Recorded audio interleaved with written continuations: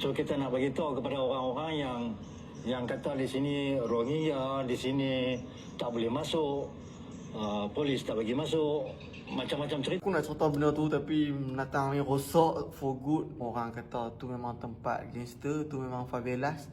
Macam mana orang tengok cerita Narcos Pablo Escobar, sebiji lah macam dekat Bukit Maluk tu. Dan bila sembang dengan geng-geng kawan-kawan dekat Langkawi ni, banyak orang duk sembang dekat luar tapi mereka tak pi tengok.